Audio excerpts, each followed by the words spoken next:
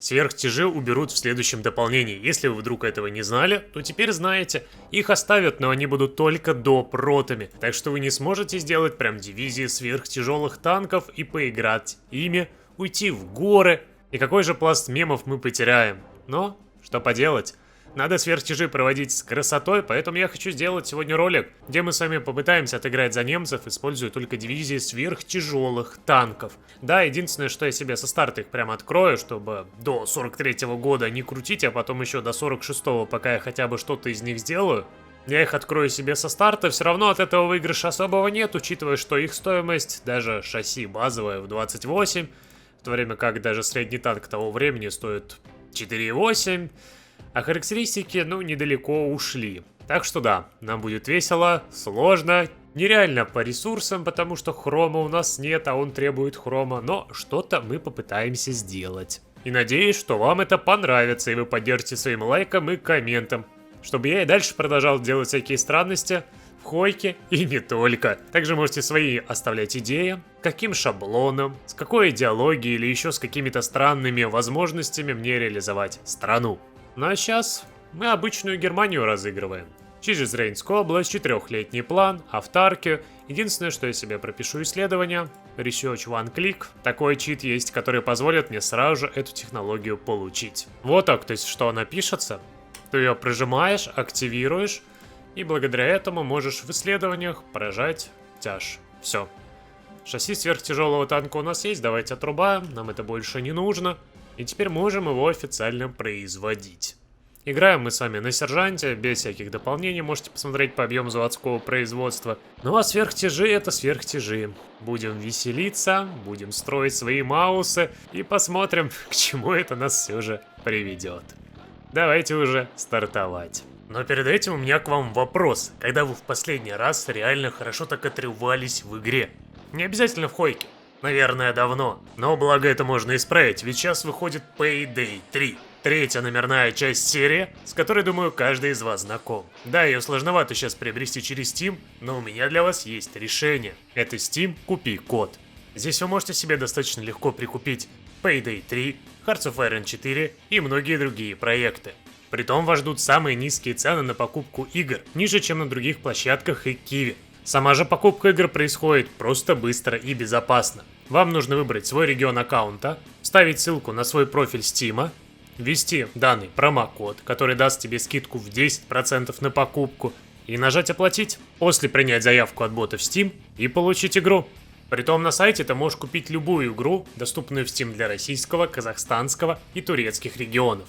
А также есть раздел «Недоступные в РФ». Там собраны игры, которые недоступны в Steam для российских аккаунтов, но через Купи Код их можно получить гифтом на свой российский аккаунт, не создавая при этом какой-то новый аккаунт другого региона. И да, не стоит бояться, сам сервис не запрашивает никакие пароли или другие данные, только ссылку на сам аккаунт. Да и плюсом к этому моментальная доставка купленного товара. Также бонусом можете авторизироваться с помощью Телеграма и ВК и получить 50 бонусных рублей. И также не упустите возможность поучаствовать в розыгрыше. Условия у вас на экране. Залетайте по моим ссылкам в описании, покупайте себе игры, пополняйте Steam, а заодно получите возможность выиграть приз. Просто максимальную тренировку начинаем армии, авиации, флота нашего, и нефть, конечно, страдает. Но нам опыт нужен везде, особенно в армии, чтобы сделать хотя бы сверхтяжи и запустить их в производстве. Пока я очень интересно разбил, по чуть-чуть везде, и уже 10 на самолеты. Чуется, что без авиации наши сверхтяжи ничего не сделают.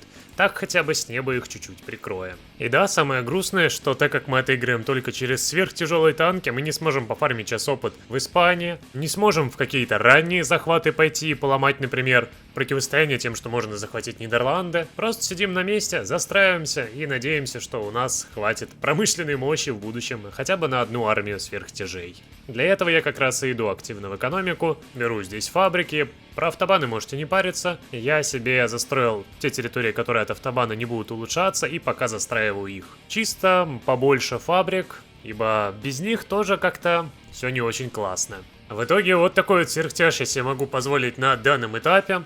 Скорость 4, на максимум улучшенная, можем еще чуть-чуть подбавить, но все равно не сильно будет играться, надежность уже падает. При этом у нас просто тяжелая пушка. Можно ее, конечно, сейчас на сверхтяжелую заменить, но 225 бронебойности, вопрос, куда нам надо, учитывая, что цена в 5 единиц. Пока поиграемся так. Когда уже промка станет попроще, мы с вами добавим ее. Даже немножко сдвинем двигатель. 4 км в час нам хватит.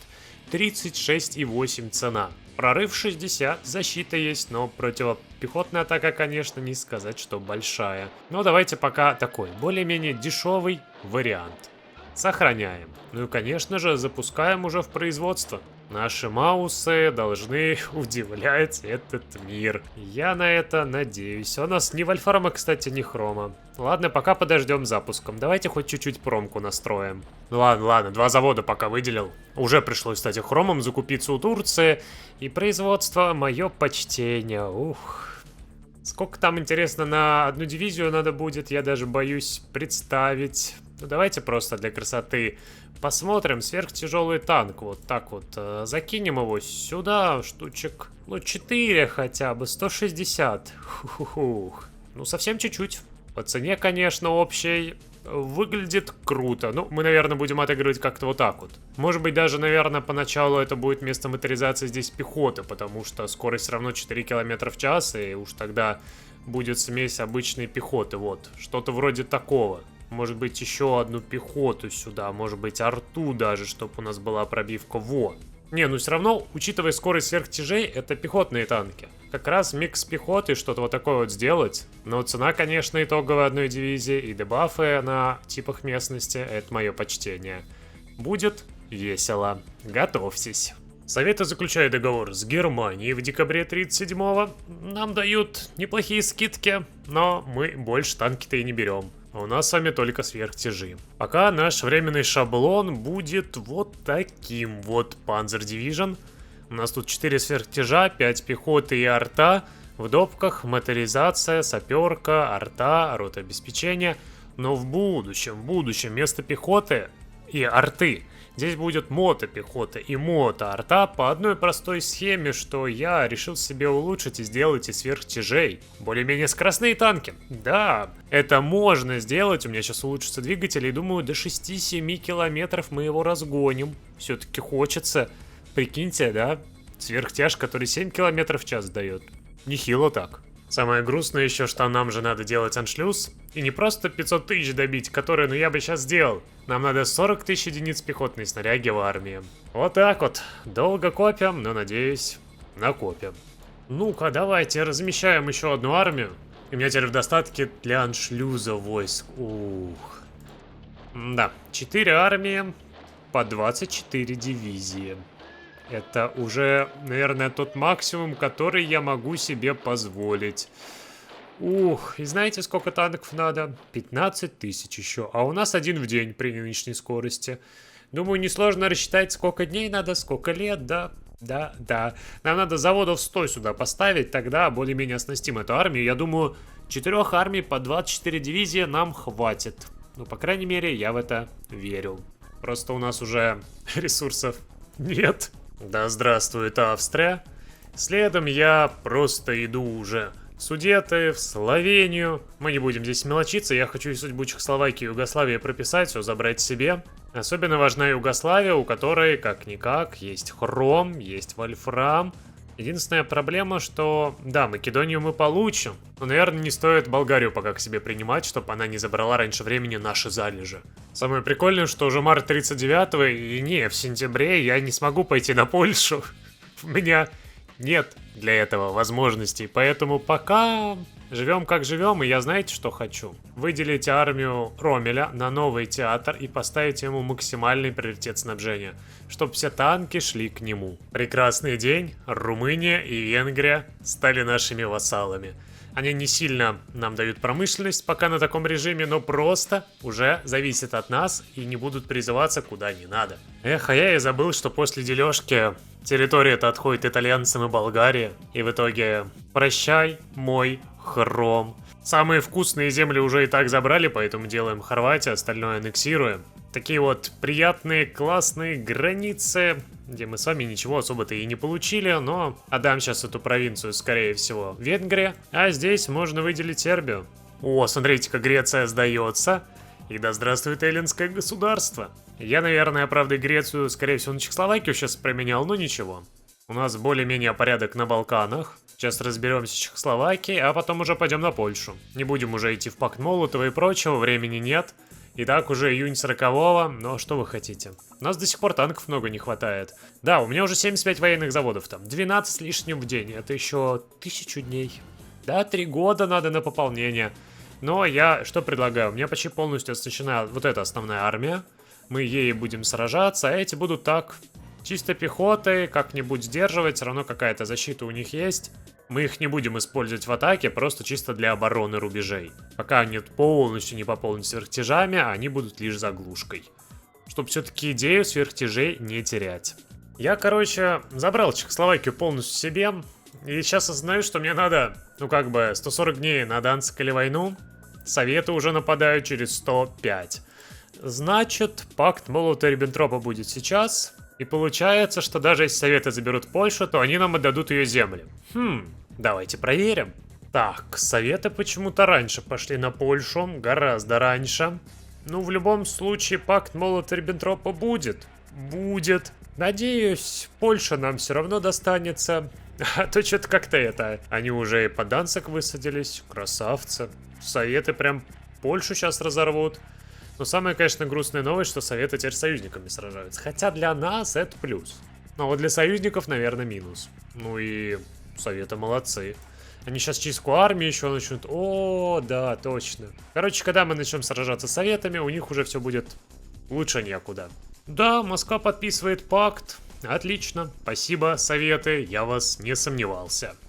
Январь 41-го. 100 военных заводов на Маусах. Фух. Ну что ж. Пошли делать 120. Падение Варшавы, чудо на Висле, а мы сами только берем Данцик или война. Да. Советы молодцы. Но тут грустно, что Советов из Гдыни и Гданьска выгнали. Зато они, смотри, здесь какой котел сейчас хороший делают. Ох, сколько британцев уничтожат. 600 тысяч уже потеряли на 600. Вау. Придем на все готовенькое, прорываться через готовые уже державы. Кстати, вопрос, давайте. Данцик или война пропускается. Советы. Интересно, Советы вот со своей стороны отдают земли или нет? Да, смотри-ка, Советы соблюдают договор, но Данцик в договор, видимо, не входит, да? Это немного странно, но ладно. Мы получили часть земель. Спасибо, Советы. Мир, вот как хороший мирный способ немцам расшириться и ничего не потерять. Но мы не будем долго мирно сидеть. Давайте уже в обход Мажино идти. Бельгия, Нидерланды, Люксембург. Пора уже двигаться дальше. Благо у нас нехватка всего 8000 танков. Эти 24 дивизии готовы прорваться, поэтому вперед через Нидерланды, через Бельгию. И так выйдем, надеюсь, в Париж. Германское давление на страны Бенилюкса. Подожди, гарантий нет? Не понял юмора, ну да ладно. Нам-то как бы даже проще. Но залетаем. Давайте-ка. 69% мировой напряги всего-навсего. Видите, пока никаких союзников, я никого сюда не призываю, шаблончик остался таким же, а по поводу танка, он стал чуть-чуть полегче, поэтому его производится больше, видите, 27. Это сверхтяжелый танк, но правда с трехместным орудием и с средней пушкой. Но это не сильно сказалось на его противопехотной атаке, лишь бронебойность уменьшилась. И, кстати, надежность подросла. У него теперь максимальная скорость 8, сейчас бы еще бронетранспортеров наделать. Наделать. И тогда можно было бы запустить его с бронетранспортерами. Это будет имбой, но это не раньше 43-го года. Потому что нам сначала надо танки доделать, потом еще надо заводов 50-100 переделать на бронетранспортеры, и тогда что-то начнется, да.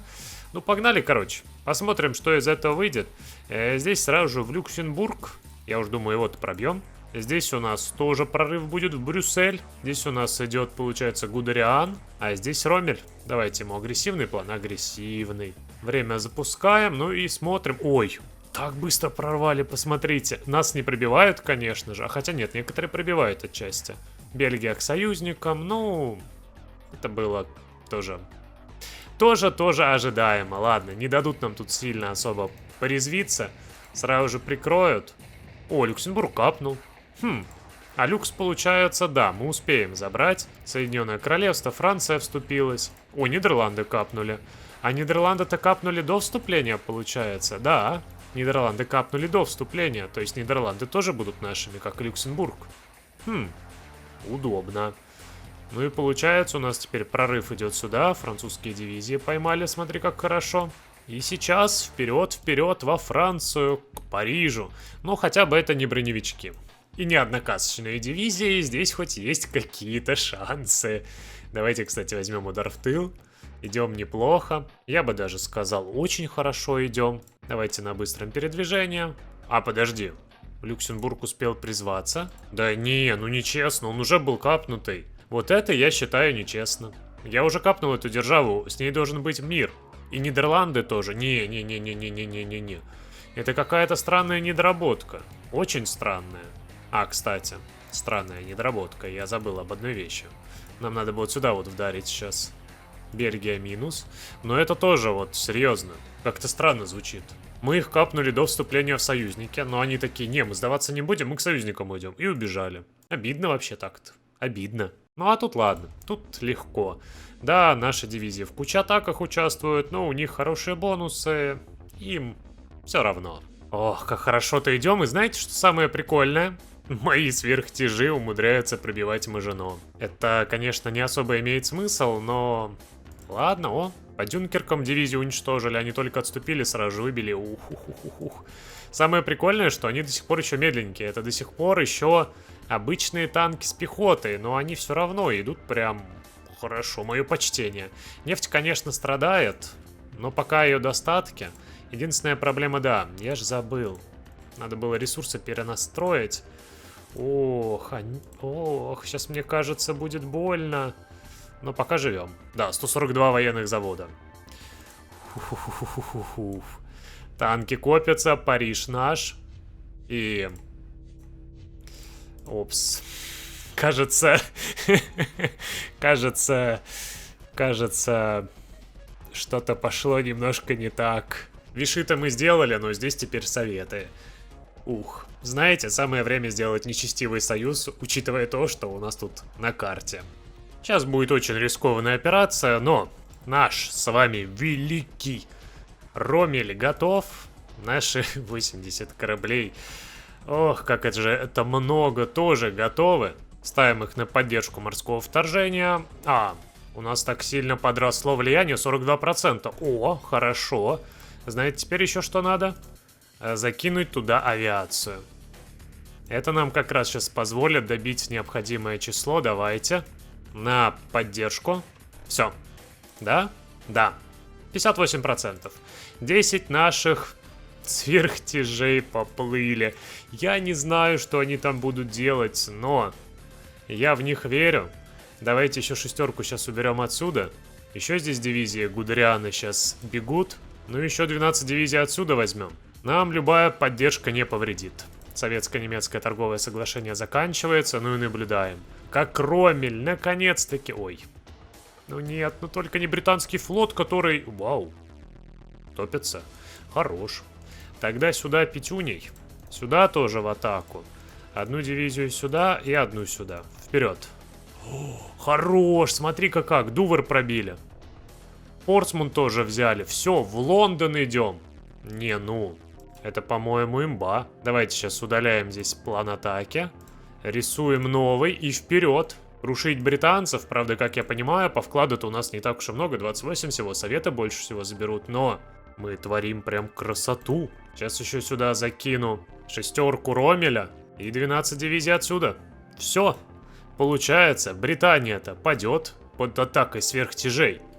Правда, Гдыня и Дантик до сих пор держатся, но кого это волнует, когда здесь уже Лондон падает? Верно? Верно. Давайте здесь побережье заберем, чтобы было полегче. Танки, кстати, так хорошо идут, прям, нравится. Ну и все, прибыли уже навстречу. Давайте выставим единую линию им и отправим вперед. Лондон пал 25 августа 41-го. Я так понимаю, нам надо телеавиацию переводить вот сюда вот, чтобы была поддержка. Будем действовать теперь в Британии вовсю. Но, конечно, здесь сопротивление хорошее. Не особо-то нас ждут в гости, но выбора у них нет. Наши сверхтяжи уже не остановятся. Хоть и с трудом, но мы продолжим эту атаку. Давай еще сверхтяжей, давай еще сверхтяжей. Нужна поддержка, дадим, не проблема. О, котлы даже делаем, смотри-ка. Ну и вклад, уже 35, то есть потихонечку растет. Италия тоже уже в этом противостоянии. Ну и раз уж такое дело, давайте всех призовем. Сейчас они уже не помешаются, мы здесь Британия. Ну и, конечно же, закинем еще авиацию. Она нам как-никак здесь тоже не повредит. Прорываемся через Британию, идем к Ливерпулю. Ну, конечно, все красиво, хорошо. И знаете, что самое важное? 6000 танков не хватает, они очень сильно истощаются. Ох, британский агент пойман. Захватили территорию. Нам здесь предлагают войска забрать. Готов еще один котел. Но британцы пытаются нас останавливать, смотри-ка. Правда, у них это не выходит, но отдаю должное. Все-таки небольшую такую линию выстраивает, и не играем мы сверхтяжами, а обычными войсками было бы проще. Все-таки сверхтяжи достаточно чувствительные к любому типу местности, за исключением разве что только обычных равнин. Но вы видите, где мы сражаемся, это далеко не равнины, это просто самая неудобная территория, которая только может быть. Холмы, горы, да, сверхтяжи в горы. Все-таки мем мы здесь обыграли. И смотрите сюда. Ох, сейчас будет вкусно. Смотрите, как вкусно. Сколько французских дивизий. Просто уничтожается. Не замечаем их даже. Здесь сейчас Глазго, Эдинбург забираем. И все. Британия пала. И, кстати, не сильно меньше, чем у Советов. 40% вклада. Фух, ну, Гдыня и Даньск должны стать наши. А дальше вот вопрос, как мириться. Хочется все, но, скорее всего, все мы не заберем. Советы здесь наделают кучу своей красоты. Наверное, это максимально странный мир, какой только мог быть, но мирная конференция завершена. У нас тут с вами Советы успели вассалов здесь сделать. Я сделал вассальную Британию. Забрал все территории основные под себя. И единственная проблема, что Советы здесь где-то умудрились сделать... Ну, во-первых, да, Советскую Индию. Я лишь чуть-чуть здесь успел подлезть и забрать себе вольфрама. Хотел еще сюда, но, к сожалению, очков не хватило здесь. Я ресурсные базы забрал под свой контроль, за исключением разве что только Явы. Также у Советов очень хорошее влияние тут. Можете посмотреть, как комментарий расширился. Ну и здесь. Я ресурсные базы, Хром как раз забирал под себя, но Советы, да, тоже здесь делали вассалов. А здесь вообще Советы боролись с итальянцами, со мной, и в итоге Зимбабве остался просто свободным. Ну, не так уж и грустно. Самая неприятная вещь, что у Советов теперь есть вассальная советская Франция, которая сейчас отойдет в Виши. А мы сами можем сделать интегрированные марионетки. Ну давай, по красоте, Бельгию с Нидерландами, чтобы были. И сейчас ловите красоту. Вишистская Франция должна объединиться с вассальной Францией Советов. И не объединяется. Вот это, кстати, странно. А, она будет объединяться с Францией, у которой есть Париж, точно. Я же забыл это условие. У меня вопрос, а я могу сделать свою вассальную Францию? О, у нас есть германская Франция. К сожалению, придется отдать Эльзас и Лотарингию, Люксембург. Но мы можем сейчас потратить 70 дней, взять их себе национальными, а потом выделить Францию. А хорошая идея, давайте сделаем так, чтобы лицезреть уже более-менее красивые границы. В декабре 41-го интеграция закончена. Да здравствует национальные территории. Давайте теперь сделаем красоту. Вернем территории. А, подожди. Нельзя сохранить, да, свои национальные? Вот серьезно? Почему нет вот этой прекрасной кнопочки «Сохранить свои нацпрофки», а? Только при выделении ведь страны это есть. А сейчас мы ведь потеряем. Ладно, просто так, выходит, ждал. Нацпрофку потеряли, но зато вся Франция теперь наша. Виши объединилась, ну и можете полюбоваться. Вот она, такая ось. Ладно, думаю, Эльзас того стоил, чтобы... Столько территорий все-таки перешло под наш контроль. Что мы имеем? В декабрь 41 года. Немного поздновато, но мы победили всех союзников. Чисто дивизиями сверхтяжелых танков. И теперь у нас впереди интересная ситуация. Мы можем пойти через более-менее нормальные территории Канады на американцев. Противоезд же этому можем пойти сейчас на Советов. Тоже через сверхтяжи. И мне кажется, вот здесь вот они встрянут в болотах как раз, в снегах, зимой. Да еще учитывайте, что Советы уже реорганизацию армии вовсю делают, восстанавливают свою мощь. Они с Великой Державой уже посражались. И Красная Армия становится все сильнее и сильнее. Ну а так, прикольная тема. У нас, кстати, и сверхтяжи скоро будут в достатке через 100 дней. Бронетранспортеры уже вовсю копятся. Единственной стали нет, но ее сейчас можно подкопить, это не проблема. взять у кого-нибудь из наших союзников. Поэтому наше игровое будущее выглядит так-то неплохо. Посмотрю на ваш актив, надеюсь, вы поддержите активно лайками, комментами. И тогда продолжу, сделаю вторую часть со сверхтяжами. Наверное, переделаю тогда шаблончик, сделаю его более тяжелым, реально сверхтяжелым. Сюда тогда бронетранспортеры закинем, чтобы у нас была еще и скорость максимальная, потому что если сейчас сюда закинуть, смотрите-ка, механизированную пехоту, убрать отсюда арту, и скорость уже 8. То есть, прикиньте, эти сверхтяжи еще будут и летать быстро. Наверное, тогда будет имба-имбой. Ну ладно, это небольшая затравочка на будущее. А нынешняя серия все-таки заканчивается. До скорых встреч в следующих видео. Auf der Weide blüht ein kleiner